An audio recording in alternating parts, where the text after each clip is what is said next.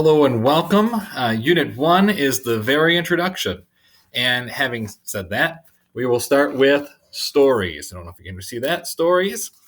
The introduction section of this, the section in Roman numerals, covers a lot of really good ground as far as the types of elements we're looking for in literature, in an introduction to literature course. And for the most part, this is pretty rudimentary stuff. If you've had some high school lit, none of this should be too groundbreaking. A lot of what's going to happen, though, is we're going to want to take a good look at, a closer look at literature for some more contemporary pieces. A lot of the high school literature focusing around like Shakespeare. There's no Shakespeare in this course. Well, sonnets. There are sonnets.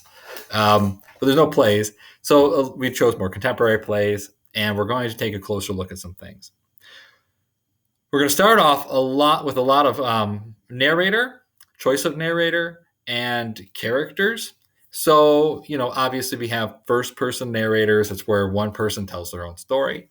We have second-person or third-person narrators, which is that either it's kind of an elevated view, like someone looking down into a room. That can be omniscient, where they know everything, or they could have, limited omniscience, where they kind of only see what you see. All an author's choice and kind of their style and what they want to do. There's also sort of a central consciousness, which I sort of like.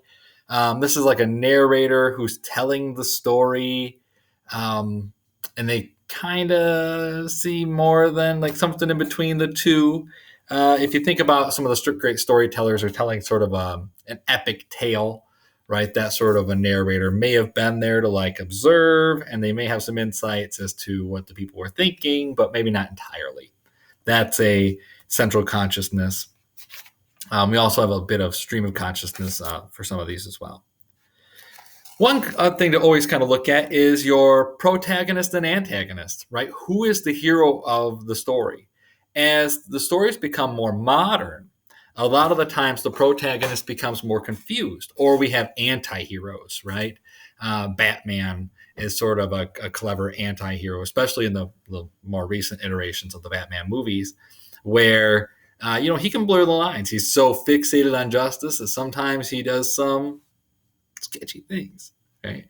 And for the most part, modern audiences have really come to love the anti-hero. Wolverine's sort of an anti-hero, so kind of pulling on comic books there.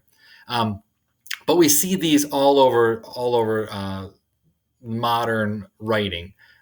Breaking Bad, anti-hero. Mad Men, anti-hero. So we see it in movies, we see it in plays, we see it all over the place, the anti-hero. The good guy who's sort of a bad guy, but yet sometimes we root for him. If you ever want to feel confused, watch The Americans, the old FX series, right? Then you're like, wait a minute, but they're Russian spies. But do we like them? Do we not like them? Like, I don't know. So, keep in mind who is the hero and who's the, what is the conflict point and who is the antagonist. Because a lot of the times we'll do a structural review where we look at the structures, and traditional structures say good guys are good guys and bad guys are bad guys. And the anti-hero starts to work at odds against that. And it does create a tension. It creates a new level of interest and meaning in writing. And it's something that we, as people who are academically interested in literature, can begin to dissect and analyze, right? It makes for interest. And so we're going to start off with a Vampires in the Lemon Grove. It has some really interesting characters. It has an interesting narrative point of view.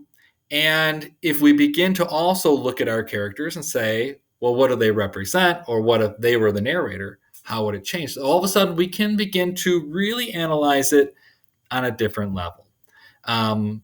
So just keep this in mind, because your discussion boards and your journal write are going to come up and make you think about this more and more. So keep this in mind.